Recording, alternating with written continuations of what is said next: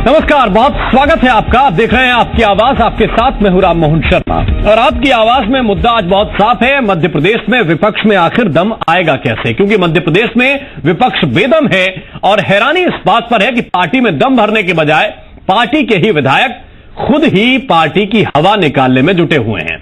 विधायकों की तो बात छोड़ दीजिए, पार्टी के बड़े बड़े नेता अब तक अपने पुराने मर्ज का इलाज ढंग से ढूंढ नहीं पाए हैं। बच्चों को बचपन से ही पाठ किताबों में पढ़ाया जाने लगता है कि एकता में शक्ति है, तरह तरह की विश्लेषणों के जरिए, तरह तरह की कहानियों के जरिए। लेकिन इतना सा यह सूत्र वाक्य लगता है कि कांग्रेस के बड़े बड़े रणनीतिकारों को न जाने अब तक क्यों समझ में नहीं आया है।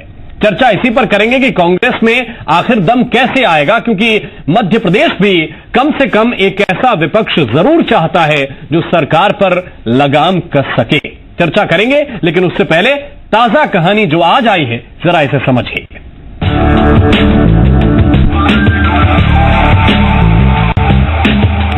मुझे लगता है कि आप बोल्ड डिसीजन लीजिए जनता के हित में, उसमें डरने की बिल्कुल जरूरत नहीं। कोई परिस्थिति होगी तो निपटाएंगे, बिल्कुल निपटाएंगे। भोपाल में आईएएस मीट में मुख्यमंत्री शिवराज सिंह चौहान का ये लहजा देखिए। दरअसल लंबे वक्त तक सत्ता में रहने के बाद इतना आत्मविश्वास लाजमी भी है। जब सरकार का फ्री हैंड हो तो कई बातें विवादों को जन्म देने वाली भी होती हैं, और यहां जरूरी हो जाता है कि विपक्ष मजबूत हो। लेकिन मध्य प्रदेश में विपक्ष दिनों दिन मजबूत होने के बजाय बेदम होता दिखाई दे रहा है। चुनाव दर चुनाव हारने के बाद भी विपक्ष की पुरानी बीमारी दूर होने का नाम नहीं ले रही है, और एक बार फिर गुटबाजी का ये रोग उभरा सतना में। अभी कई मुद्दे जो उठे हैं उनको हम लोग जोरदारी से, नेता प्रतिपक्ष न होने से जोरदारी से नहीं उठा पाते, क्योंकि सभी विधायक जो भी प्रभारी है उनका उतना लोग मानते नहीं हैं। ये है सतना की नागौद विधानसभा सीट से विधायक यादवेंद्र सिंह। यादवेंद्र न सिर्फ अपने नेता अजय सिंह राहुल को नेता प्रतिपक्ष के लिए सबसे काबिल उम्मीदवार बता रहे हैं, बल्कि प्रभारी नेता विपक्ष बाला बच्चन की काबिलियत पर सीधे सवाल भी उठा रहे हैं। अभी तो प्रभारी है, पर उनकी बात कोई सदन के अंदर सुनता नहीं है। मैंने तो देखा अंदर देखा, अगर उन्हीं की उनका जो हमारे जितने विधायक हैं उनमें शक्तिशाली जिनकी बात सदन विपक्ष अभी तक जो वो बोलते हैं तो उसमें है अजय सिंह राहुल। सवाल यही है कि अपने चहेते नेता की तारीफ के साथ प्रभारी नेता विपक्ष को नाकाबिल बताना या गुटबाजी नहीं है। हालांकि कांग्रेस के पास हर सवाल का एक आखिरी जवाब है कि आला कमान जल्द तय करेगा कि मध्य प्रदेश में नेता विपक्ष कौन होगा। देखिए, सत्ता पक्ष इस समय बहुत गर्मी में है और ऐसा लगता है कि मुख्यमंत्री हिटलर जैसा काम कर रहे हैं। अपने आप को ये मानकर चल रहे हैं कि भविष्य में तो लगातार मुख्यमंत्री बने रहेंगे, कोई उनको चैलेंज नहीं है। और कांग्रेस पार्टी के अंदर अभी गुटबाजी है। गुटबाजी के चलते ही कांग्रेस पार्टी के अंदर हम लोग चुनाव हार गए। यदि गुटबाजी नहीं होती तो हम चुनाव जीत जाते। ये सच है कि नाम कांग्रेस आला कमान ही तय करेगा, लेकिन कब और क्या वो नाम कांग्रेस के विधायकों को साथ लेकर चल पाएगा? प्रदेश की भलाई के लिए जरूरी है कि विपक्ष कुछ मजबूत हो, लेकिन बीजेपी के लिए तो इससे बेहतर स्थिति शायद हो ही नहीं सकती। विपक्ष की मौजूदा स्थिति पर बीजेपी को तंज कसने का एक और मौका मिला तो वो बिल्कुल नहीं चूकी। ये सब कांग्रेस पार्टी के विभिन्न नेताओं का एक दूसरे गुटों के प्रमुखों को नीचा दिखाने का तरीका है। और शहडोल हो या दूसरे चुनाव हो, कांग्रेस पार्टी को तो हार नहीं है, क्योंकि मध्य प्रदेश में भारतीय जनता पार्टी का ग्राफ बहुत ऊपर है।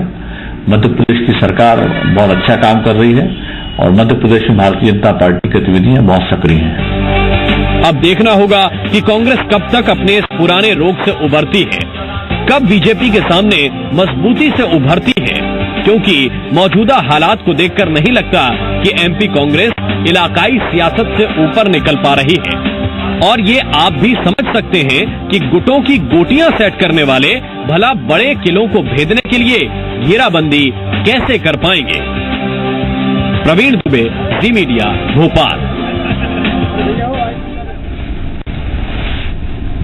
तो चर्चा का मुद्दा बहुत साफ है कि ऐसे वक्त में जब आपको बहुत मजबूती के साथ मिलकर काम करना चाहिए, ऐसे वक्त में भी नेता प्रतिपक्ष कौन होगा, इसको लेकर लॉबिंग का दौर चल रहा है। हमारे साथ इसी पर चर्चा करने के लिए एक बहुत ही खास पैनल इस वक्त जुड़ा हुआ है। भारतीय जनता पार्टी की तरफ से अनिल सुमित्र जी हमारे साथ मौजूद हैं, जयश्री हरिकिरण जी इस वक्त कांग्रेस पार्टी की तरफ से हमारे साथ जुड़ी हुई हैं और अक्षत शर्मा जी हमारे साथ मौजूद हैं, वरिष्ठ पत्रकार हैं आप। बहुत बहुत स्वागत है आपका। सबसे पहले जयश्री जी, मैं आपकी तरफ आना चाहता हूं। क्या आप इसमें देख रहे हैं, क्या ये स्थिति बनी हुई है? क्यों एक विधायक ये कह रहा है कि बाला बच्चन की कोई सुनता नहीं है? ये मेरा पर्सनल तजुर्बा है, हमने देखा है कि कोई उनकी बात को सुनना चाहता नहीं है और किसी विधायक को वो लीड नहीं कर पा रहे हैं सदन में, ऐसा है क्या? नहीं, ये तो कहना एकदम गलत है कि उनकी कोई बात नहीं सुनता है। मुद्दे वहां पर उठाए गए हैं और सबने उनकी बात रखी भी है वहां पर। दिक्कत ये आ रही है कि जो सत्ता पक्ष के लोग हैं वहां पर उनकी संख्या ज्यादा है, तो जिस प्रकार से वो लोग वहां पर शोरगुल करके उधम मचा करके कांग्रेस के लोगों को बोलने नहीं दे रहे हैं, तो उससे कहीं ना कहीं दिख रहा है कि ये लोग बात रखने ही नहीं देना चाह रहे हैं।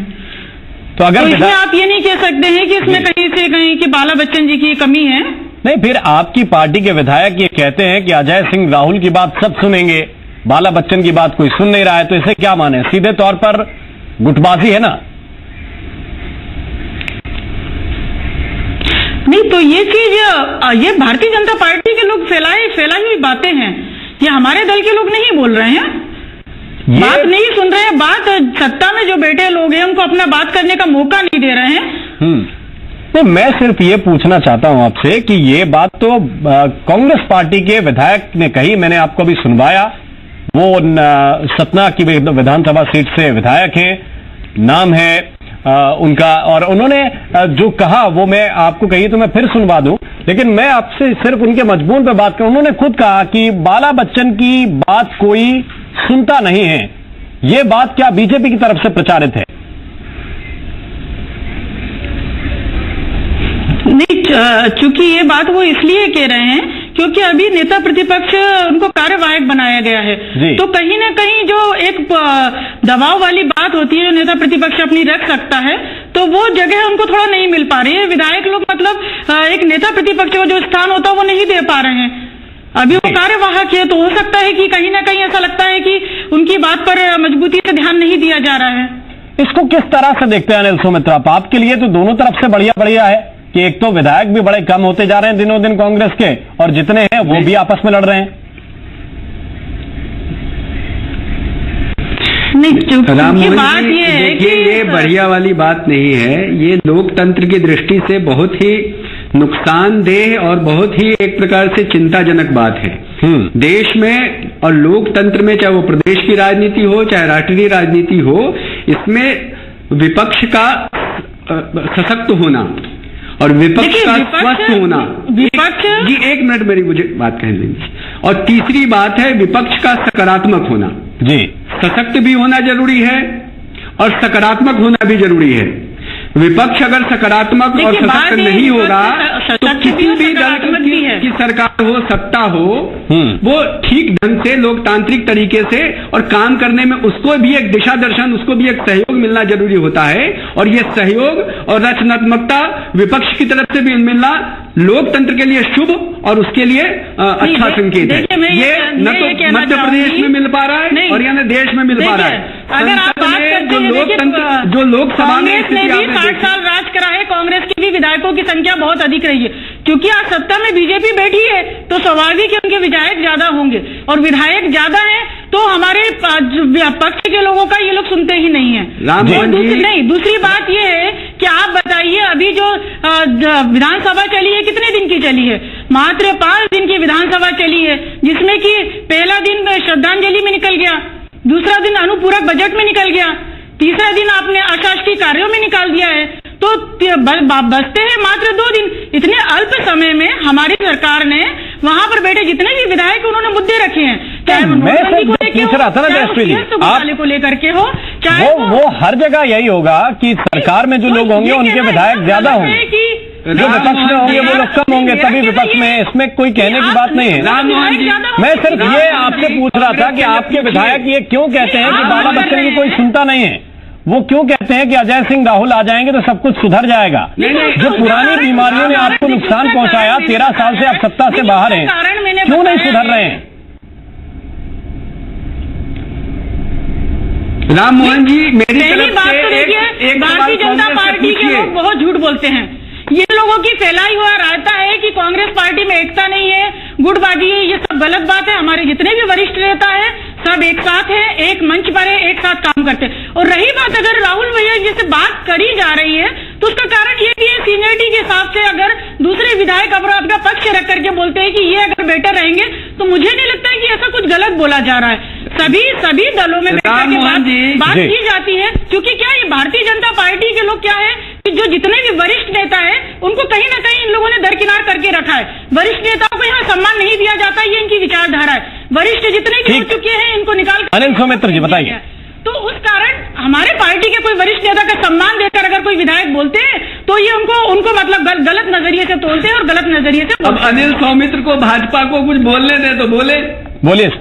आप एक बात मेरी तरफ से कांग्रेस की प्रवक्ता से पूछिए या पूरी कांग्रेस से पूछिए कि क्या सदन में नेता प्रतिपक्ष या कांग्रेस का नेता भी भारतीय जनता पार्टी तय करेगी और भारतीय जनता पार्टी के विधायक तय करेंगे? ये अभी तक अपना नेता नहीं बना पाए, कितना समय हो गया, तो सदन कैसे चलेगा? इनका नेता ही नहीं, कोई कार्यवाहक नेता बनाते हैं, उनके विधायक सुनता नहीं है। देखिए मेरी बात सुनिए, भाजपा को सत्यदेव कटारे जी को गए हुए अभी ज्यादा समय बीता नहीं है, क्योंकि एक बहुत बड़ा डिसीजन है, हमारे हाईकमान का डिसीजन है, तो समय लगता है। तो हाईकमान भी कितना समय लगाएगा डिसीजन लेने में? आपकी जो पार्टी में भारतीय जनता पार्टी का जो नियम है,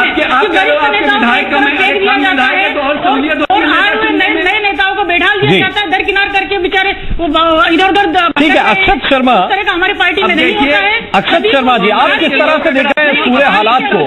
क्योंकि अभी पिछले दिनों शहडोल में भी चुनाव हुआ और वहां भी ये लगा कि हिमाद्री दलवीर सिंह जो प्रत्याशी थी, शुरुआत में बड़ा उनका बूम था और लगा कि वो शायद ये सीट निकाल कर ले जाएंगे, लेकिन आखिरी वक्त तक फिर वही गुटबाजी दोफाड़ और बात सामने आई कि वो अपना चुनाव हार गई। क्या ये पुराने मर्ज का इलाज कांग्रेस अब तक तलाश नहीं पाई है? नहीं, ये शहडोल चुनाव, मेरा इसमें शहडोल चुनाव की मेरा इसमें ये राम मोहन जी, मेरा इसमें ये कहना है कि आप मूल आज का जो विषय आपने रखा है कि एमपी में बेदम विपक्ष, तो जहां तक विपक्ष की बात है, कांग्रेस का बहुत लंबे समय बाद ये अनुभव रहा है। हमेशा उसके जुड़ाव का जो उसके एकता का जो आधार रहा है वो हमेशा सत्ता रहा है। बहुत लंबे समय से सत्ता से बाहर होने के, केंद्र में भी और मध्य प्रदेश में भी, क्योंकि वो बहुत लंबे समय से सत्ता से बाहर हैं, इसलिए उनकी एक शक्ति और उनको एक साथ जोड़ के रखने की जो ताकत थी वो लगभग खत्म हो गई है। जिस तरह से मतलब वो उनकी अमृत कुंड जैसा, रावण का जैसा नाभि में अमृत था, वही चला गया तो रावण भी चला गया। तो उस तरह से सत्ता जाने के बाद से ही ये पूरी तरह से बिखराव सा आ गया है। और क्योंकि जितने भी प्रमुख राजनेता हैं कांग्रेस के, वो क्षेत्रीय नेता ज्यादा हैं, प्रदेश के नेता होने के कम हैं। तो शिवराज सिंह की जो पूरे मध्य प्रदेश में जो छवि है मुख्यमंत्री के रूप में, जो उनकी स्वीकार्यता है, उसके मुकाबले कोई नेता वहां पर खड़ा नहीं हो पाता। अगर होता भी है तो व्यक्तिवाद इतना ज्यादा हावी रहता है वहां पर कि वो आगे बढ़ते हुए व्यक्ति को पीछे खींच लिया जाता है। तो इसलिए ये आत्ममंथन का समय है कांग्रेस के लिए भी कि वो एक मजबूत विपक्ष, अनिल सौमित्र जी ने कहा कि मजबूत विपक्ष लोकतंत्र के लिए बहुत आवश्यक है, लेकिन उसके लिए कांग्रेस को आत्ममंथन करने की आवश्यकता है कि वो सकारात्मक और एक सजग विपक्ष की भूमिका मध्य प्रदेश में अदा करे। ठीक है, अब ये बताइए जयश्री हरिकिरण जी, मैं पहले उसी मुद्दे पर आ रहा हूं जिसपे मैंने आपसे पहला सवाल पूछा, और सवाल ये था कि आपके विधायक यादवेंद्र सिंह ये क्यों कह रहे हैं कि बाला बच्चन की कोई नहीं सुनता। आप अपनी प्रेफरेंसेस बता सकते हैं कि अगर आप मुझसे पूछते हैं तो फला नेता ठीक रहेगा, लेकिन आप ये कह रहे हैं कि मौजूदा नेता प्रतिपक्ष की कोई चूंकि सुनता नहीं है इसलिए ये विकल्प ठीक रहेगा। ये तो सीधे तौर पर आप बता रहे हैं ना कि हमारी प्रेफरेंस क्या है और हम इसके बिना मानेंगे नहीं, और दूसरा बनेगा तो उसकी सुनेंगे नहीं। नहीं, देखिए ऐसा है कि पार्टी में विचार विमर्श होता है, ये एक विचार विमर्श का मुद्दा है। किसी भी पार्टी में कोई भी चीज तय की जाती है तो आपसी विचार विमर्श है, इसको आप लोग मुद्दा बना करके उठा रहे हैं जी। इसका मतलब अर्थ ये नहीं है कि बाला बच्चन जी कमजोर है, इसका अर्थ ये नहीं होता है। बाला बच्चन जी ने हर मुद्दे को उठाया है वहां पर, लेकिन अगर पार्टी का कोई भी कार्यकर्ता, कोई भी नेता अगर अपनी राय देता है तो आप उसको नेगेटिव बना करके उसका प्रचार करेंगे। नहीं, कमजोर की बात नहीं होती है। क्या इनकी पार्टी में नहीं चेंज मुख्यमंत्री बने, कभी उमा भारती मुख्यमंत्री बनी है, कभी शिवराज सिंह चौहान मुख्यमंत्री बने। तो कहीं ना कहीं जो पार्टी के नेता लोग तय करते हैं तो परिवर्तन होता है, लेकिन उसका अर्थ आप कमजोर नहीं कह सकते। इस चीज को आप कमजोरी में नहीं बोल सकते। इसका अर्थ यह है कि आपके बाबूलाल गौर कमजोर थे। उमा भारती जो एक महिला होकर के जिसने बीजेपी को यहां लाकर खड़ा करा, और जिस महिला को आपने बिल्कुल दूध में से मक्खी जैसे निकाल करके फेंका है, उसको सम्मान नहीं दिया है, जिस महिला के दम पर आपने मध्य प्रदेश में सरकार खड़ी करी है, वो काम कांग्रेस पार्टी नहीं करती है। कांग्रेस पार्टी तय करती है कौन सा नेता वास्तव में उस जगह का हकदार है। क्योंकि सत्यदेव कटारे जी का निधन हुआ है, हमारी सरकार के पास समय इतना नहीं था कि एकदम से नेता प्रतिपक्ष खड़ा कर दिया जाए, तो समय की कमी के कारण उनको कार्यवाहक नेता प्रतिपक्ष से बनाया गया है। और यही बात अगर हमारे विधायक जी अगर ऐसा बोलते हैं तो सिर्फ एक राय है, एक सीनियरिटी और जूनियरिटी वाली बात हो रही है यहाँ पर। आप उसको नेगेटिव ये नहीं बोल सकते हैं कि विपक्ष कमजोर है। इस शब्दों को आप ये विपक्ष कमजोर नहीं कह सकते हैं, ये गलत है। विपक्ष मजबूत है। राम मोहन जी, मान लेते हैं भारतीय जनता पार्टी के प्रतिनिधि के तौर पर कि मध्य प्रदेश में कांग्रेस बहुत ही सशक्त है और उसका वो जो सदन में विपक्ष की भूमिका है वो ही बहुत सशक्त है। इससे ज्यादा सशक्त होने की जरूरत नहीं है। मुझे लगता है कांग्रेस की प्रतिनिधि तो मान गए भारतीय जनता पार्टी के प्रतिनिधि के तौर पर स्वीकार कर लिया। आप लोगों ने शासन कर लिया तो आप इतनी बड़ी बड़ी बातें कर रहे हैं। कांग्रेस पार्टी ने तो पूरे 60 सालों तक के राज करा, उस चीज के लिए आप क्या बोलेंगे। और ठीक है, आने वाला समय आपको भी बताएगा। आज जनता परेशान है, चाहे नोटबंदी को लेकर के हो, चाहे किसान क्यों आत्महत्या कर रहे हैं। आप किसान पुत्र बताते हैं किसान आत्महत्या कर रहे हैं। महिला अपराध में आज मध्य प्रदेश नंबर 1 है। बच्चे अपहरण हो रहे हैं, उसमें आज नंबर 1 है।